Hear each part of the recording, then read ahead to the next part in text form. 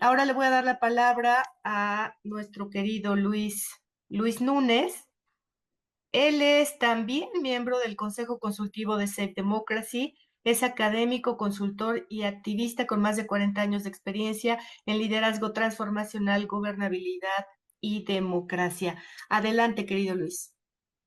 Muy buenos días. Veo ahí, por ejemplo, a Delia Ferreira y no puedo evitar un comentario desagradable, no sobre Delia, sino porque Delia Ferreira vino aquí hace muchos años al Perú y ayudó con un grupo de instituciones a fundar la Comisión de Ética y el Código de Ética Parlamentario. Y 20 años después creo que cometimos un gran error, porque los parlamentarios que ahora pertenecen a la Comisión de Ética, lo único que hacen es, es culpar a las investigaciones de miembros del Parlamento. O sea, creamos un comité de ética que está blindando a delincuentes. Y creo, Delia, que si volviéramos a hacerlo, nos meterían presos a nosotros también. Pero bueno, es harina de otro costal. Yo quiero decir que Alberto Aguilar ha dado en el clavo con los comentarios que hizo. Y igual que Maribel, yo tengo mucho contacto con estudiantes y de verdad que no quieren creer en nada ni en nadie. Y un poco la clase política se ha descuidado de ese factor. En el caso del Perú, son 35% del electorado. Ahora, mi impresión, para ser corto y conciso y dar paso a otras intervenciones y preguntas, es que hemos tenido, como dijo la reina de Inglaterra en 1992, hemos tenido años horribles. Este ha sido un año terrible en todos los sentidos. Viendo el panorama mundial, los conflictos geopolíticos persistentes, esta guerra en Ucrania que sigue siendo un punto central, mientras que Rusia busca consolidar su posición y el apoyo occidental a Kiev a veces se ha visto resquebrajado, desgastado.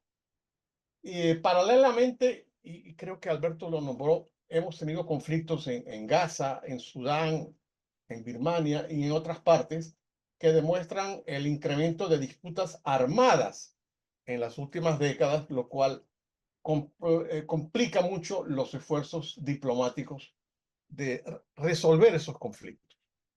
El Consejo de Seguridad de Naciones Unidas es un cero a la izquierda por este asunto de los vetos que tienen los países más poderosos. ¿Y qué va a pasar con la elección, juramentación de Trump ahora el 20 de enero? ¿Cómo van a ser estas relaciones de amenazas constantes que tiene con Canadá y con el gobierno de esta señora que todas las mañanas nos madruga con los casos de México, ¿no? ¿Cómo se va a consolidar este sistema mexicano donde las mafias y los carteles son los que están imperando, así ella se muestre que tiene el control de todo? Entonces creo que estas cosas van a ser importantes, la presencia de Trump frente al tema de Ucrania, frente al tema de Israel, que ahora están en lo que llaman este espacio de 60 días de tregua. Y sobre todo, evidentemente, no puedo dejar de hablar de mi corazoncito venezolano, qué va a pasar con Trump y Venezuela. Yo estoy en permanente contacto con venezolanos, como ustedes se podrán imaginar. Y les digo, sinceramente, el 90% de los venezolanos quieren que Estados Unidos invada, entre, limpie y salga. Eso lo conversas con cualquier persona, sea de alta instrucción o de baja instrucción. Increíble que en pleno siglo XXI estemos hablando de una potencia que invada a otro país por causas evidentemente geopolíticas e ideológicas. Luego está este tema de los cambios económicos globales, esta resaca de la que hablaba Alberto, estas economías empobrecidas que terminan abrazando el populismo, sabiendo que el populismo no es la solución. Pero como ellos parece que se marketean muy bien, tienen estas oportunidades. Que no es el caso, por cierto, de Uruguay, donde yo creo que la presencia de nuevo de una fuerza de izquierda es una izquierda, yo creo que absolutamente democrática, y que no vamos a ver mayor sobresalto. Esta mañana veía la instalación de la cumbre del Mercosur, y bueno, ahí estaba Milei en un extremo de la mesa, estaba Lula en el otro extremo, pero yo creo que ahí no va a haber mayor problema. Pero sí, las tensiones en Asia-Pacífico creo que van a ser siendo foco de fricción. ¿Qué va a pasar con Taiwán frente a las respuestas de China, la tensión militar de los Estados Unidos? Y algo que alguno de ustedes comentó cuando yo entré, la regulación tecnológica, los derechos digitales. Ya la Unión Europea ha aprobado un libro blanco para el tema de la inteligencia artificial, pero siempre va a haber esta duda de cómo la inteligencia artificial puede convivir con la ética cuando en otros países se están violando códigos de ética, colocando robots a hacer tareas humanas. Pero ¿qué va a pasar ahí? Yo sí creo que vamos a terminar este 2024 con la continuidad de los geopolíticos conflictos que estamos viviendo ahora. Y en el panorama de América Latina, bueno, esta tensión de si el modelo Bukele o el modelo Milei es lo que se necesita, o si no es ninguno de los dos y tener un modelo propio con afinamiento de algunas cosas para que las cosas funcionen mejor. Por ejemplo, el Perú ha decidido fabricar hasta 10 cárceles nuevas a un costo de 3.000 millones de dólares, siguiendo un poco el modelo Bukele. Ya de México les dije lo que comentaba. Eh, Sobre el caso venezolano, se abre una incógnita de lo que va a pasar el 10 de enero. El 10 de enero yo creo que el poder de Maduro se va a afianzar, él va a querer quedarse en el poder. Ya se está hablando de que a partir del 1 o 2 de enero en Venezuela se va a restringir la venta de gasolina y se va a restringir el tránsito de personas. O sea, después de la fiesta de fin de año, los que viven en la capital se van a quedar en la capital porque el gobierno va a militarizar las ciudades para impedir las revueltas y el regreso de Edmundo González. Pero yo no creo que Maduro dure mucho más. Creo que se vienen cambios fuertes, pero no exactamente en la fecha prevista, porque es la fecha que ellos más van a defender. Y ya concluyendo, bueno, en Panamá tuvimos una elección libre. El caso de la señora Xiomara Castro en Honduras me preocupa muchísimo, pero de resto tenemos una región muy fragmentada, muy politizada y un poco siguiendo la tónica de Alberto Aguilar. El voto castigo sigue siendo un apelo a un cambio, pero no se sabe un cambio para qué. Por eso es que eh, esos respaldos populistas nos hacen tantos daños. Vamos a ver cómo las tecnologías y el cambio climático, que cada día está peor, cada día es peor, va a afectar la agenda política y la estabilidad, mirando al 2025, va a depender en gran medida de cómo los gobiernos gestionen estas tensiones y recuerden que son elegidos por voto popular, o sea que en el fondo la ciudadanía también tiene un papel que no es solamente ir a votar, sino que tiene un papel predominante. Con eso comento hasta ahora. Gracias.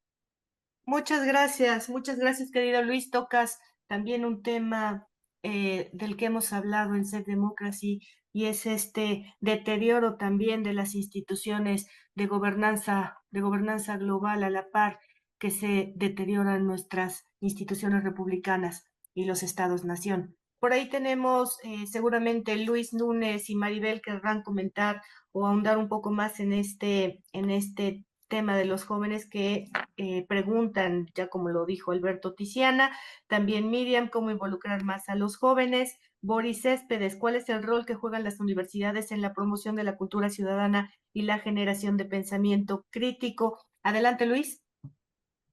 Sí, muy cortito. Yo tengo la impresión que hay que pasar de la propuesta a la acción. Y yo creo que esta organización donde estamos nosotros puede para el año 2025 de repente construir una especie de hoja de ruta para que podamos llevar nuestras reflexiones y herramientas para captar, empoderar y lograr formar agentes de cambio en los jóvenes. Y para muestra un botón, estamos en el año 2024 y yo casualmente fui profesor de Marcela hace 24 años en un programa de liderazgo que Ustedes ya están viendo el resultado. No es que todos los alumnos me salieron tan bien como Marcela. Algún pillo me ha salido también. Pero debo reconocer que ese programa que duró 10 años, con financiamiento, por cierto, de USAID, logró agentes de cambio en todo el continente. Hasta el actual presidente de Ecuador pasó por esa sala, el presidente Duque de Colombia y otros. La idea es que tal vez con la experiencia de esta sabiduría que tenemos ahí en este panel, podamos ayudar a preparar a esos jóvenes que sean agentes de cambio. Y tal vez no asustarlos queriendo meterlos de lleno a la política. Yo creo que pueden hacer mucho desde el campo de vista del medio ambiente, del deporte, de la cultura, de la música, entrar por otro campo que no sea el espantarlos con la figura del partido político. Eso es lo que quería aportar. Muchas gracias, querido Luis. Gracias, estimada Delia. Seguramente aquí Alberto Aguilar o Luis Núñez querrán hacer una puntualización al respecto. Luis, ajá, sobre lo que acaba de decir Delia o Alberto, sobre lo Bueno, que acaba de decir Delia. coincido plenamente con Delia. Hay un chiste que se cuenta por acá que dos amigos del colegio se encontraron y uno le pregunta al otro, ¿y a qué te dedicas? Soy político, pero no se lo digas a mi mamá porque ella cree que soy portero en el burdel del bar. A ese nivel estamos. Dice Brenda Lai Morel, ¿qué estrategias sugieren como expertos en políticas públicas para que los partidos políticos se adapten a los cambios modernos que demandan la sociedad y que a la vez conecten con la nueva generación, dado que la misma tiene una creciente desafección hacia la política? Saludos desde Dominicana. Mario Jiménez dice, no es necesario que organismos como Save Democracy incluyan en sus tareas la formación de líderes auténticos y capacitados que vayan influyendo en los ciudadanos para el cambio. Voy a leer otra pregunta antes de darle la palabra a Luis. Este más bien es un comentario de Carlos Echeverría desde Costa Rica. Dice, las democracias republicanas y pluralistas están en crisis porque las educaciones están en crisis. Esto va muy de la mano de lo que dijo Delia. Si les parece, le doy la palabra a Luis. Adelante, Luis. Y punto final para comprar la idea de que podamos hacer algo el año que viene con los sectores juveniles.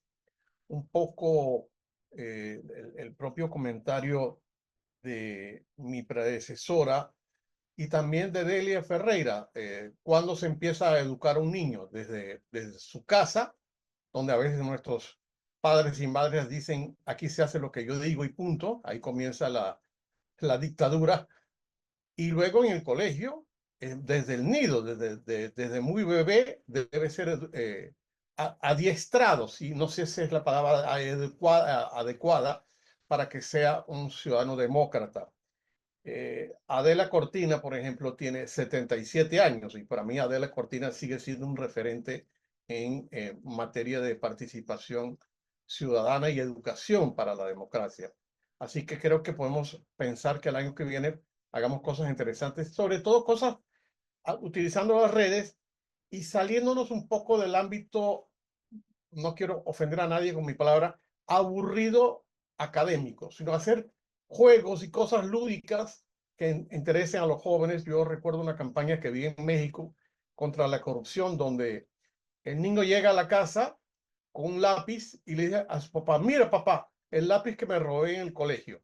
Y el papá le pega en la mano y dice, no te basta con los lápices que yo te traigo desde la Procuraduría. O sea, esas cosas de choque para que los niños entiendan el valor de la ética, cómo se puede hablar de los círculos virtuosos de Aristóteles sin tener que aburrirlos. En fin, aquí tiene un soldado dispuesto. Gracias. Muchas gracias, Luis. Y para finalizar, les voy a dar un minuto a cada uno para que den una reflexión final. Luis. Sí, terminamos el año entre pesimistas y optimistas, mejor optimistas. No sea tan horrible el final de año. Pero sí, vamos a armar aquí algo bonito donde todos podamos participar. Y si no nos hablamos hasta entonces, feliz Navidad.